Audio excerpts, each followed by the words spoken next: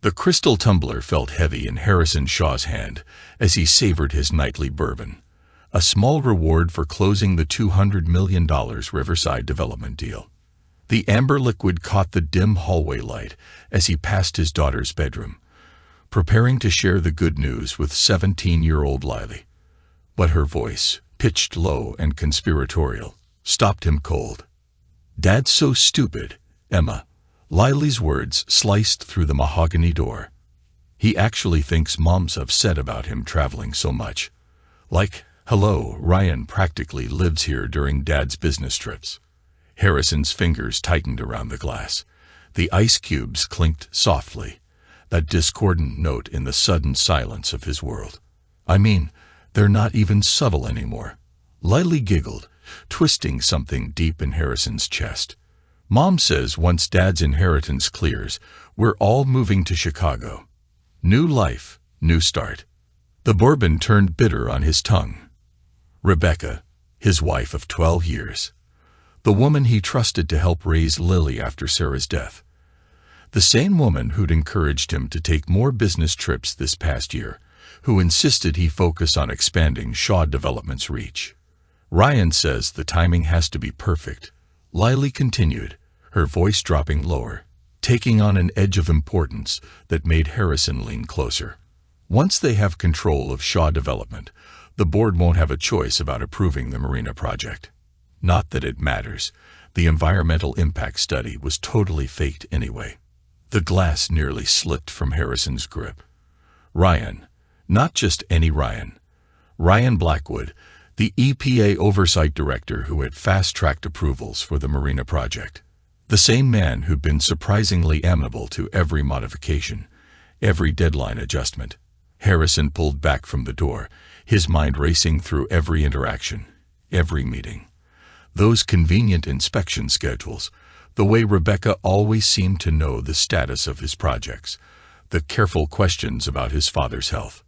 He moved silently down the hallway, each step measured and controlled. In his study, he placed the untouched bourbon on his desk and pulled out his phone. Not to confront. At least, not yet. First, he needed to understand the depth of the betrayal. 3 calls later, his private investigator, Jack Monroe, was heading to the office. "I need everything," Harrison said quietly. "Every meeting, every phone call, every document that's crossed my father's desk in the last year. Your wife's activities, too." Jack's voice was professional, careful. "Especially those," Harrison replied, his gaze falling on the family photo on his desk. Rebecca, Lily, himself, all smiling, all lies. "And Jack, I need the real environmental impact data for the marina project. The actual studies, not the ones that cross my desk." "This is going to get expensive," Jack warned.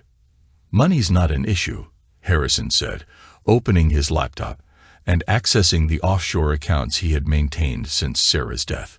"What matters is discretion. No one can know we're looking, especially not my daughter." After ending the call, Harrison poured himself a fresh bourbon. This one he drained. The familiar burn couldn't match the cold fury building in his chest. Rebecca hadn't just betrayed their marriage. She'd corrupted his daughter, threatened his company, and compromised everything he'd built. But she'd made one critical mistake. She thought she was dealing with a broken man, someone too caught up in business to notice the decay in his own home. She didn't know about Geneva, about the contingencies he put in place after Sarah died. She didn't know that Harrison Shaw had learned long ago never to keep all his power in one place. The next morning, Harrison maintained his routine with practiced precision.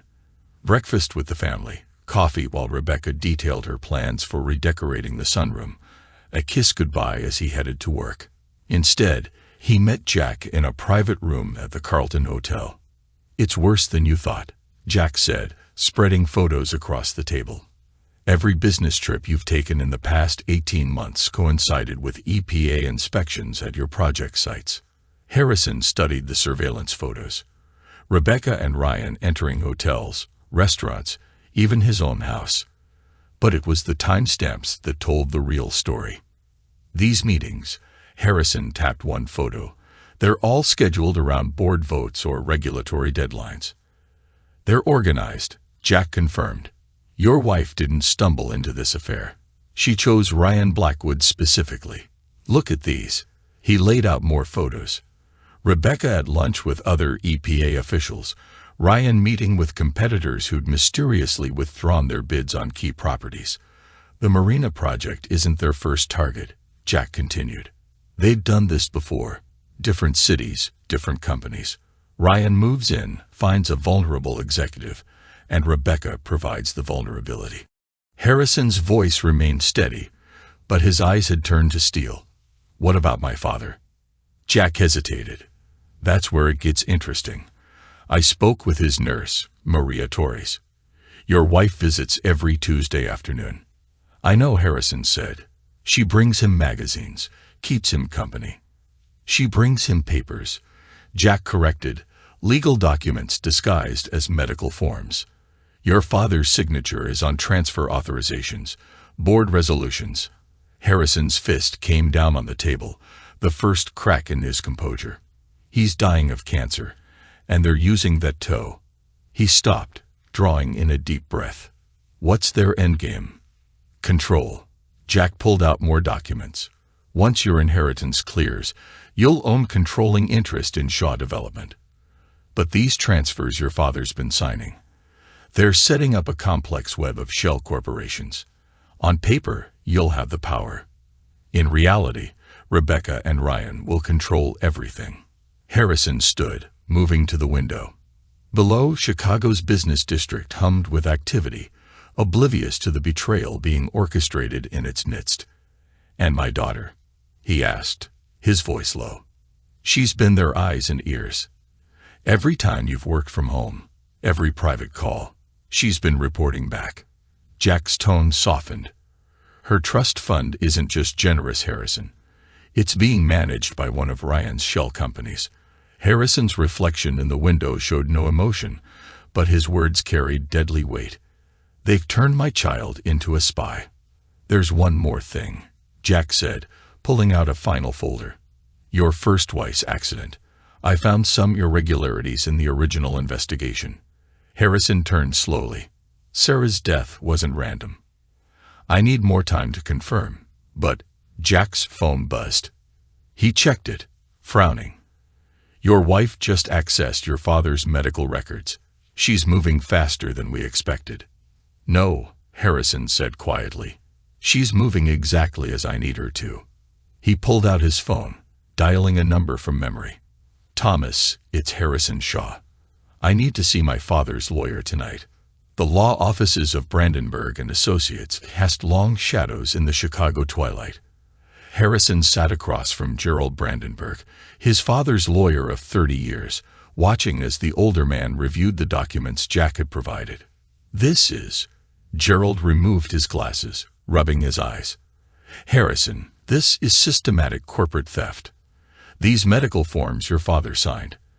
They're transferring control of key subsidiaries to offshore entities. Can it be reversed? Some of it. But Harrison, there's more. Gerald pulled out another file. Your daughter's trust fund. The one Rebecca insisted on setting up last year. It's structured as a corporate holding company. Once these transfers are complete, Lily will technically control 30% of Shaw Development's voting rights, which Rebecca will control until Lily turns 25. Harrison's voice was ice. They're using my daughter as a corporate puppet. Exactly. And with Ryan Blackwood's position at the EPA, they can force through the marina project approval, tank the company's value, and walk away with millions while destroying everything your father built. Harrison stood, moving to the window. The city lights blurred into a constellation of betrayal. What they don't know, he said finally, is that I've been expecting something like this. Not this exactly, but something. Gerald raised an eyebrow. The Geneva account. After Sarah died, I learned the hard way that trust is a luxury I can't afford. Harrison turned back to the desk. Show me everything they've signed, everything they've moved. I need to know exactly what pieces they think they control. For the next hour, They traced the web of deception. Shell companies nested within holding companies, offshore accounts linked to seemingly legitimate businesses. At the center, the Marina Project, a development that would make millions on paper while devastating the local ecosystem. The real environmental impact study, Harrison said finally. Where is it? Gerald opened his briefcase, removing a sealed envelope. Your father had it conducted privately months ago. The results. They're devastating, Harrison. If this data becomes public, the company would survive. Barely. But the criminal charges for submitting false. Harrison smiled, but it didn't reach his eyes. Those would be harder to overcome. What are you planning? Gerald asked. Justice. Harrison took the envelope. But first, I need you to draft new papers. Transfer documents, board resolutions, everything they've done. I want parallel versions, all legitimate, all ready to file. You're going to trap them with their own plan. No, Harrison's voice was quiet, but carried the weight of absolute certainty. I'm going to let them think they've won. Then I'm going to show them what a real corporate takeover looks like. He pulled out his phone, checking the time. Rebecca will be home soon, expecting to find me drunk and angry about the deal closing. Instead, she'll find dinner reservations and champagne. You're celebrating? Gerald asked. I'm setting the stage. Harrison gathered his coat. They think they're destroying my life. I'm going to let them think that, until the moment I destroy theirs. As he left the office, Harrison's phone buzzed with a text from Lily. Coming home late, Dad. Study group with Emma. He texted back. No problem, sweetie. Love you. The words tasted like ash, but Harrison Shaw had learned long ago that revenge, like business, required a perfect poker face. Let them think they were winning. Let them think he was blind. Geneva was waiting, and unlike Rebecca, Harrison understood the value of patience. Rebecca Shaw's morning began like any other day of entitled luxury. She sipped champagne at her favorite salon while scrolling through property listings in Chicago's Gold Coast. The text from her American Express concierge was the first ripple in her perfectly curated world. Mrs. Shaw, we're unable to process your annual membership renewal. She dismissed it as a technical glitch until her platinum card was declined for a mere $112,000 handbag at Bergdorf's. The sales associate's smirk made her blood boil. Try this one, Rebecca demanded, slapping down her private black card. Declined, the associate said, the word dripping with satisfaction. Each successive card met the same fate. Her face burned hotter with each rejection. Her phone buzzed. Ryan Blackwood's name flashed on the screen. Emergency. Office. Now. She found him in his EPA office, the usual arrogant swagger replaced by barely contained panic. Spread across his desk were documents she never expected to see in the light of day. He knows, Ryan said, his hand shaking as he held up the divorce papers. Not just about us. Everything. Rebecca snatched the filing from his grip, her practiced poise crumbling as she read. Harrison hadn't just filed for divorce. He'd submitted comprehensive federal whistleblower documentation. Every falsified environmental study. Every manipulated inspection. Every bribed official. Documented with precision that made her stomach turn. Impossible, she hissed. We controlled every variable. The real studies were destroyed. Ryan pulled up his banking app. All my offshore accounts are frozen. Federal investigation pending. Even the Cayman transfers are locked. Rebecca's phone lit up with notifications. Their joint accounts, drained.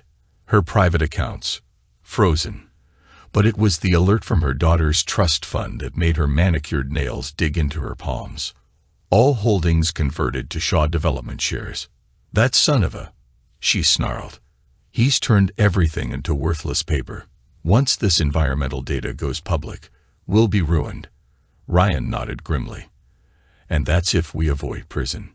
Her lawyer called next. Rebecca had always enjoyed the way Andrew Porter cringed when she berated him. Not today. Mrs. Shaw, The FBI. She hung up, her hands shaking. Where would he go? She demanded. Harrison doesn't just vanish. He's too arrogant, too controlling. Ryan handed her a single sheet of cream-colored stationery. Harrison's precise handwriting carried a message that chilled her more than the empty accounts. Check the real environmental impact data. What game is he playing? Rebecca's voice rose to a pitch that would have embarrassed her in calmer moments.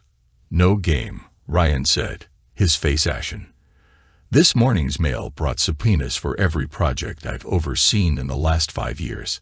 Harrison didn't just run, he orchestrated a symphony of destruction. Neither noticed the small red light blinking on Ryan's office phone, recording every panicked admission for an FBI surveillance team in the parking garage below. Maria Torres, known to them only as Walter Shaw's nurse, sat in an unmarked car with her FBI radio. Subjects are in place, she murmured, recording everything. The next 72 hours became a masterclass in systematic destruction. Every attempt to access funds triggered deeper audits. Each call to corporate contacts revealed blocked access. Rebecca's carefully cultivated network of influence crumbled like the facade it had always been. You don't understand. She snapped at her fourth lawyer in 3 days. I need those accounts unfrozen now. Do you know who I am? Assumed to be defendant in a federal fraud case, Andrew Porter replied with newfound spine. Every transaction attempt creates new evidence. You're doing their job for them. Then discredit him. Rebecca's composure shattered. Mental breakdown. Creative accounting. Whatever it takes. That's what I pay you for. Not anymore. Porter's tone shifted to one she'd never heard him use. Honesty. This isn't just environmental fraud. Money laundering. Conspiracy. Corporate espionage. Find a criminal defense attorney, Mrs. Shaw. You'll need one. The line went dead. Rebecca hurled her phone across her marble-floored living room, shattering a crystal vase from her wedding. She stared at the fragments, remembering Harrison's face as she'd opened that gift. Had he known even then? Had he seen through her? Her phone buzzed from among the crystal shards. Lily, she answered. Mom, her daughter's voice carried an unfamiliar edge. Something's wrong. I tried warning Ryan about the FBI. But my calls. You did what? Rebecca's blood ran cold. On your phone. The one your father. Lily stopped, the realization hitting. The one Dad tapped. Rebecca tried to recover. Lily, listen carefully. No, you listen. The teenager's voice cracked with fury. The FBI just showed me transcripts. Every conversation. Every time you and Ryan used me to spy on Dad. My trust fund. It wasn't for college. It was payment for gathering intelligence. We were protecting you. Rebecca tried. Your father's projects would have. Save it. Lily's voice was icy. They're asking about Sarah, Dad's first wife. The accident that wasn't an accident. The line went dead, leaving Rebecca alone with memories she tried to bury. Sarah's death had been before her time, but she knew the organization had arranged it, just like they'd arranged her chance meeting with Harrison afterward. A grieving man, a sympathetic shoulder. Her phone buzzed again. Unknown number. Mrs. Shaw, a woman's voice said, clinical in its professionalism. Agent Catherine Martinez, FBI. Let's discuss your Tuesday visits to Walter Shaw's nursing home. Rebecca sank onto her imported silk sofa. The nurse. The weekly visits. The papers. The hidden camera footage is particularly interesting, Martinez continued. Would you like to come in voluntarily, or should we send a car? Special Agent Catherine Martinez watched through one-way glass as Rebecca Shaw's carefully constructed world dissolved into orange polyester and fingerprint ink. Beside her, Emma, her daughter, her ace in the hole, shed her teenage persona like an outgrown skin. Lily's asking questions, Emma reported. About me, about everything. She's starting to piece it together. Catherine studied her daughter's reflection in the glass. At 17, Emma had already mastered skills that had taken Catherine years to develop. You got closer than any other agent could. Harrison's evidence, combined with your recordings, it's bulletproof. It's bigger than Rebecca and Ryan now, Emma said. Lily's talking. Names, dates, other projects. She didn't understand what she was part of, but she remembered everything. Like father, like daughter, Catherine said, her voice softening. This case had cost her daughter something precious, perhaps her last chance at a normal teenage friendship. Harrison's handler is bringing him in from protective custody next week. Catherine continued. Phase 2 begins. In another interview room, Lily Shaw sat surrounded by transcripts of her own betrayal. I didn't know, she repeated, mascara tracing black rivers down her cheeks. About Sarah. About any of it. I really thought. I thought Mom loved him. Agent Thomas Chin, Harrison's FBI handler, studied the girl who'd unknowingly helped expose a decades-long conspiracy. Tell me about the first time your mother introduced you to Ryan. The real story. Lily's hands trembled as she wiped her eyes. It was before Dad's Seattle trip. Mom said Ryan was an old friend, that he needed help fixing some environmental problems. She said Dad was too focused on profits, that sometimes good people had to bend the rules. She stopped, fresh tears falling. She made it sound noble, like we were saving something instead of destroying it. And Emma. Chin kept his voice gentle. When did she enter the picture? Last year. New girl at school. We just connected. Lily's voice broke. Was any of it real? Was she just another lie? Chin glanced at the mirror, knowing Catherine was listening. Emma Martinez made a choice to help stop some very bad people, just like your father did, just like you're doing now. My father. Lily looked up, eyes red but finally clear. Where is he? Is he safe? He's safe, Chin assured her. And when this is over, you'll understand why he had to disappear. Why he had to let you think he'd abandoned everything. In her office, Catherine reviewed Harrison Shaw's latest transmission, pages of account numbers, shell companies, offshore transactions. A decade of corruption mapped with architectural precision. But it was the last page that caught her eye. A photograph of Sarah Shaw on her wedding day, smiling at a future she'd never see. Her secure line buzzed. Martinez. Geneva's ready. Harrison's voice carried the calm of a man who'd waited 20 years for this moment. Time to show them what a real conspiracy looks like. Catherine smiled, thinking of Emma's sacrifice, of Lily's tears, of Sarah's photograph. Rebecca thought she'd married a businessman. She'd actually married an architect of revenge, a man who'd spent 2 decades designing the perfect trap. Now that trap was ready to spring, and Catherine Martinez had a front-row seat to what promised to be the most elegant demolition in FBI history. In his secure location, Harrison Shaw closed his encrypted laptop and studied his own copy of Sarah's photograph. Almost done, love, he whispered. Almost done. The Chicago Tribune's front page dominated every newsstand across the city's financial district. Environmental scandal claims another EPA director, Ryan Blackwood, sentenced. Below the headline, a photo showed Ryan being led into the federal courthouse. His once pristine suit was replaced by prison orange, his trademark arrogance shattered by 3 years of investigation. In a secured interview room, Lily Shaw reviewed transcripts of her own recorded conversations. At 20, she carried herself with a hardened grace that came from surviving betrayal. Gone were the designer clothes her mother had used to buy her loyalty. Instead, she wore a simple black blazer and slacks, practical armor for practical times. Special Agent Thomas Chin set another stack of files on the table. Walk me through the trust fund payments again. When did you first notice the pattern? Junior year, after Dad's Seattle project.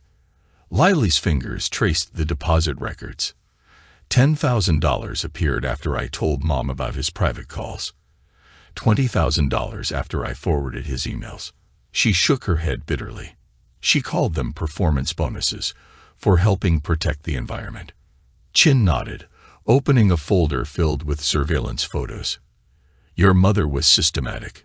Each payment coincided with specific information leaks. I was so stupid, Lily said, her laugh holding no warmth. The amounts kept growing. $50,000 after I installed her special software on Dad's home office computer. $100,000 when I started recording his board meetings. She picked up one of the photos. Rebecca at a charity gala, arm in arm with another CEO who'd later been indicted. How many others were there before Dad? We've confirmed 3 other executives, Chin said. All development companies, all with major environmental projects. He spread out more photographs. Your mother spent years perfecting her approach. Find a vulnerable target, usually a widower or recent divorcee. Establish emotional connection. Then slowly compromise them through their children. Like she did with me. Lily's voice was cold. You were different, Lily, Chin said. You fought back. Your testimony has helped us unravel corruption cells in 12 states. Across the building, Rebecca Shaw sat in her own interview room, her orange jumpsuit clashing with her still-perfect manicure. Federal prosecutor Diana Hawthorne reviewed notes from 3 years of investigation. Let's discuss the Marina Project timeline, Hawthorne said. When did you first target Harrison Shaw? Rebecca's smile didn't reach her eyes. You make it sound so calculated. Harrison was grieving. I provided comfort. Like you provided comfort to James Anderson in Seattle, or Michael Chen in San Francisco. Hawthorne slid more photographs across the table. Both widowers, both with teenage children, both running companies with major environmental projects. Mere coincidence. What about Sarah Shaw's accident? Hawthorne pressed, still claiming that was coincidence too. For a moment, Rebecca's mask slipped. That was before my involvement, she said sharply. I simply followed the established protocol. Protocol from whom? You know I won't answer that. Rebecca's composure returned, but her voice carried an edge of defiance. But I will say this. Harrison was supposed to break. They all break, eventually.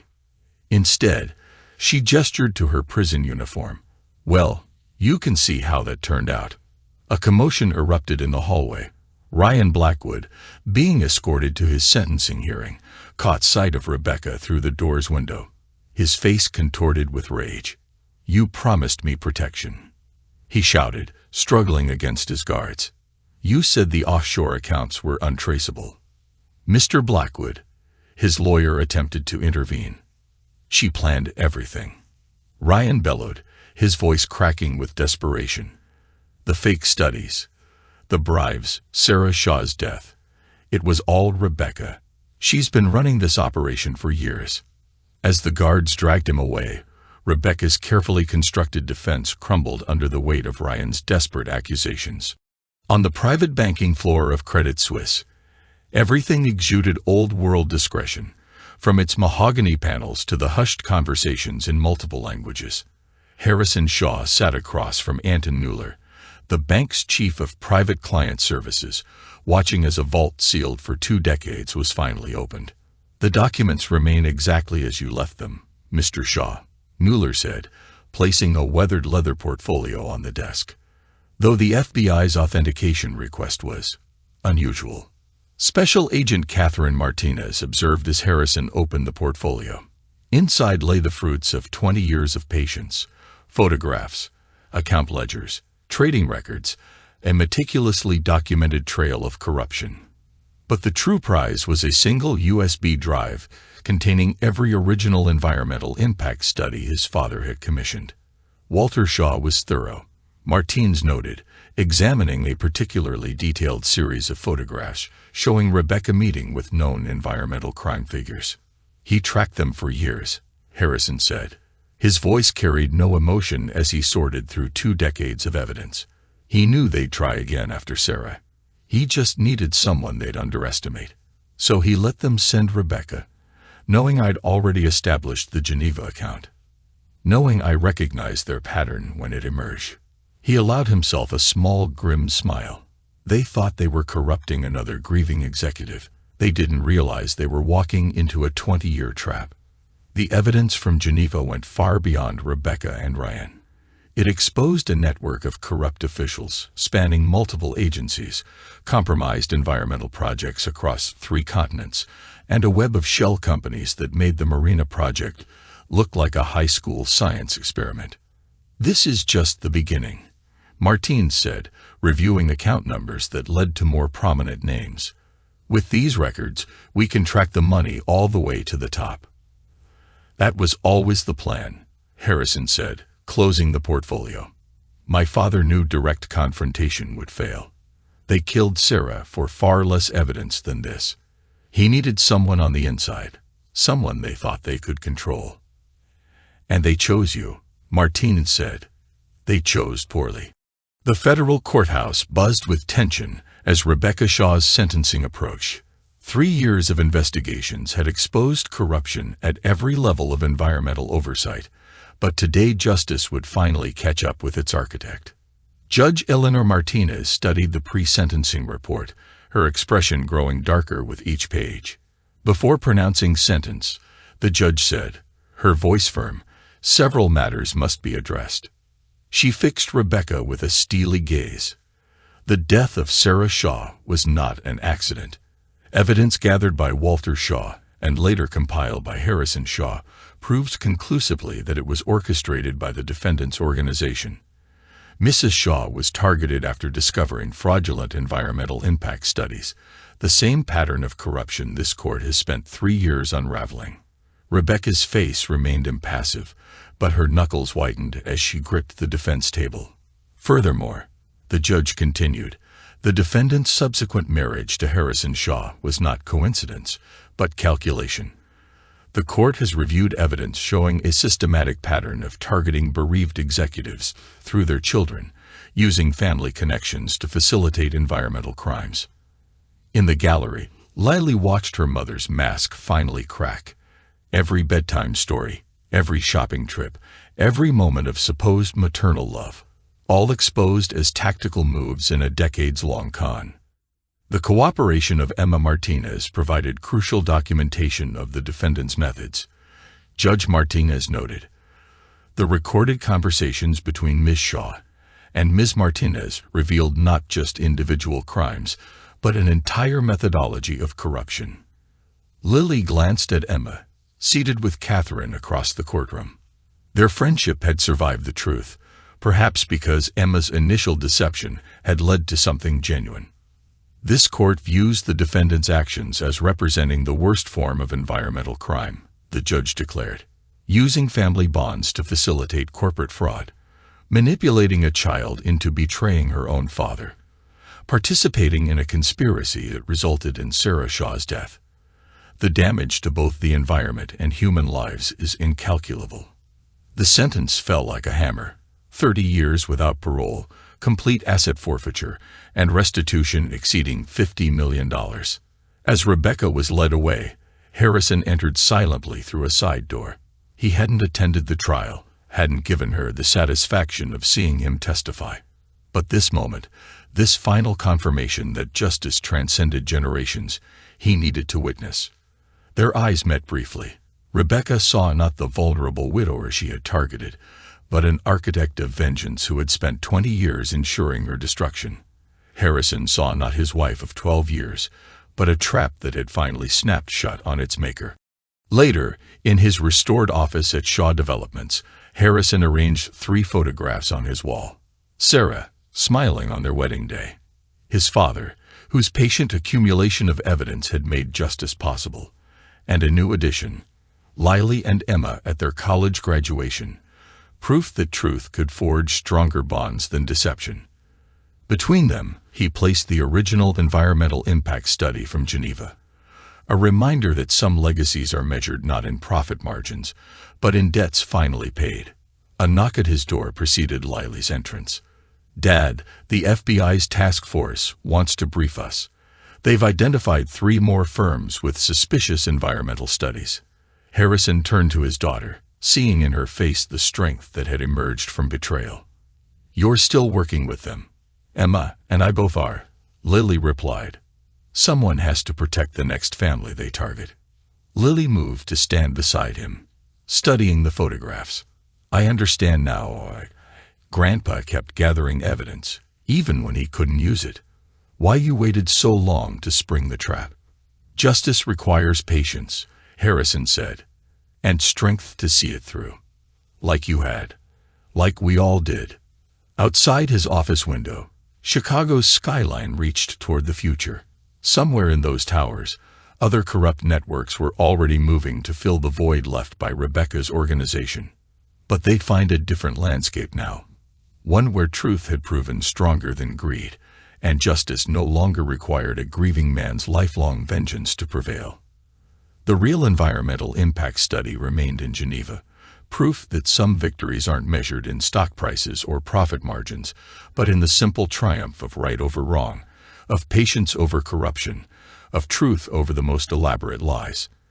In his desk drawer, Harrison kept one final piece of evidence, a photograph he'd never shown the FBI. It showed Rebecca meeting with a figure whose identity would shake the very foundations of environmental oversight. But that, he knew, was a battle for another day. Some traps required decades to set, and Harrison Shaw had learned the value of patience. Epilogue. 10 years later, the Federal Correctional Institution in Waseca, Minnesota, was a far cry from Rebecca Shaw's former Gold Coast penthouse. The woman who once orchestrated environmental crimes worth billions now spent her days in an 8x10 cell. Her designer wardrobe had been replaced by prison-issued khaki, her perfectly manicured hands roughened by mandatory labor. 13 years into her 30-year sentence, with all appeals exhausted, Rebecca's arrogance had finally crumbled. The isolation wing where she resided, a consequence of multiple attempts to manipulate other inmates, offered ample time to reflect on her downfall. Her last visitor had been 3 years ago, a federal prosecutor seeking information about other members of her organization. Rebecca's attempt to negotiate had backfired spectacularly when they revealed they already had everything they needed, from Ryan Blackwood. Ryan, her former partner in crime, had broken completely, serving his 25-year sentence in a medium-security facility in Colorado.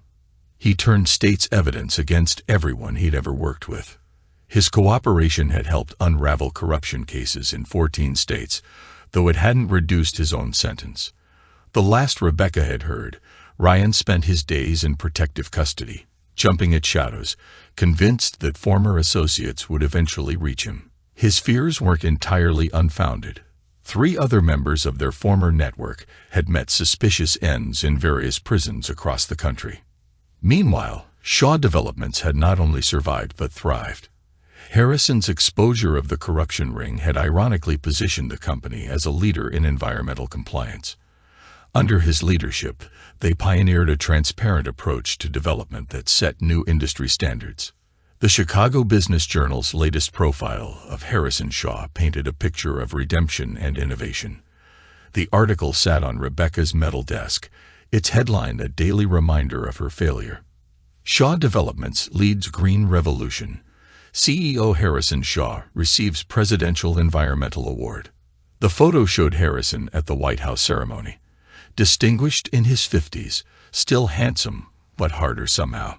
Beside him stood Lily, now 30, a federal prosecutor specializing in environmental crimes. The irony wasn't lost on Rebecca. The daughter she tried to corrupt had become a weapon against everything she'd built. Emma Martinez featured in the article, too. After graduating from law school, she had joined Lily in the Justice Department. The friendship Rebecca had tried to exploit had evolved into a formidable legal partnership. Together, they'd secured convictions in some of the largest environmental fraud cases in history. Catherine Martinez had retired from the FBI, but her legacy continued. The task force she'd helped create had expanded into an international operation, tracking environmental crimes across borders. She still consulted occasionally, especially when Shaw Development's expertise was needed to unravel complex corporate fraud.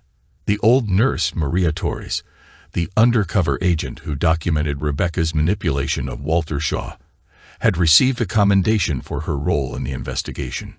She had gone on to train other agents in long-term undercover operations, using the Shaw case as a template.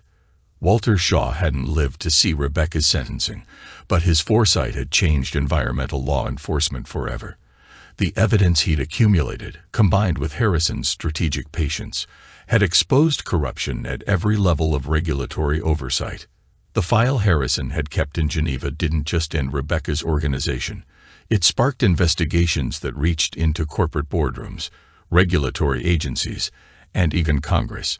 Each conviction carried a piece of Walter Shaw's legacy, a testament to one man's dedication to justice. Sarah Shaw's death had finally been officially ruled a homicide, though the actual perpetrators remained elusive. The cold case unit still received anonymous tips occasionally, each one meticulously investigated. Harrison had never stopped searching for the whole truth about his first wife's murder. In his office at Shaw Development's new headquarters, a model of sustainable architecture, Harrison kept an updated wall of photographs. Sarah and Walter remained central, joined now by newer images. Lily receiving her law degree, Emma and Catherine at FBI award ceremonies, and the dedicated team that had helped rebuild the company.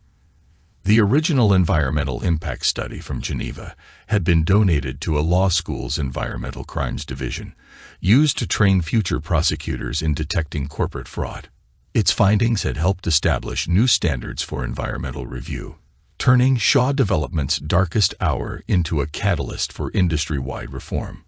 Lily's personal life had taken an unexpected turn. She'd married David Chin, son of Agent Thomas Chin, creating another bond between the families that had exposed Rebecca's crimes.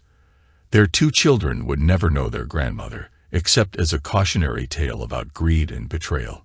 The trust fund money that Rebecca had used to buy Lily's complicity had been channeled into a foundation supporting environmental whistleblowers. Each year, it helped expose new crimes, protect witnesses, and ensure that other families wouldn't face the same corruption that had nearly destroyed the Shaws. Emma had declined to follow her mother, Catherine, into the FBI, preferring to fight environmental crime from the Justice Department. But she'd inherited Catherine's instincts. Her current investigation, still confidential, suggested that some of Rebecca's old associates had started rebuilding their network. Harrison watched these developments with careful attention. The photograph he'd kept hidden, the one showing Rebecca with a figure whose identity could shake environmental oversight to its core, had finally served its purpose. The investigation it sparked was proceeding quietly, methodically, with the same patience that had brought Rebecca down. In her prison cell, Rebecca had one final reminder of her defeat. The commissary television occasionally showed news about Shaw Development's latest environmental initiatives. Each broadcast was a testament to what she'd failed to destroy. A company that had emerged stronger, more principled, and more successful than ever. She'd written to Lily once, years ago, attempting to manipulate her daughter one last time. Lily's response had been simple, a copy of her federal prosecutor's badge and a note reading, "Justice finds its own path." Ryan, in his separate prison, had deteriorated further. His attempts to write a tell-all book had been blocked by the courts, his remaining assets seized for restitution. The brilliant EPA director who'd once commanded respect through fear now commanded nothing, not even his daily routine. The Marina Project site, the development that had triggered Rebecca's downfall, had been transformed into an environmental research center. Scientists there study the ecosystem she tried to destroy, their work funded by penalties paid by convicted conspirators. Harrison's patient vengeance had rippled far beyond Chicago. Environmental crime units worldwide now studied the Shaw case, learning how corruption could hide behind corporate veils and family ties.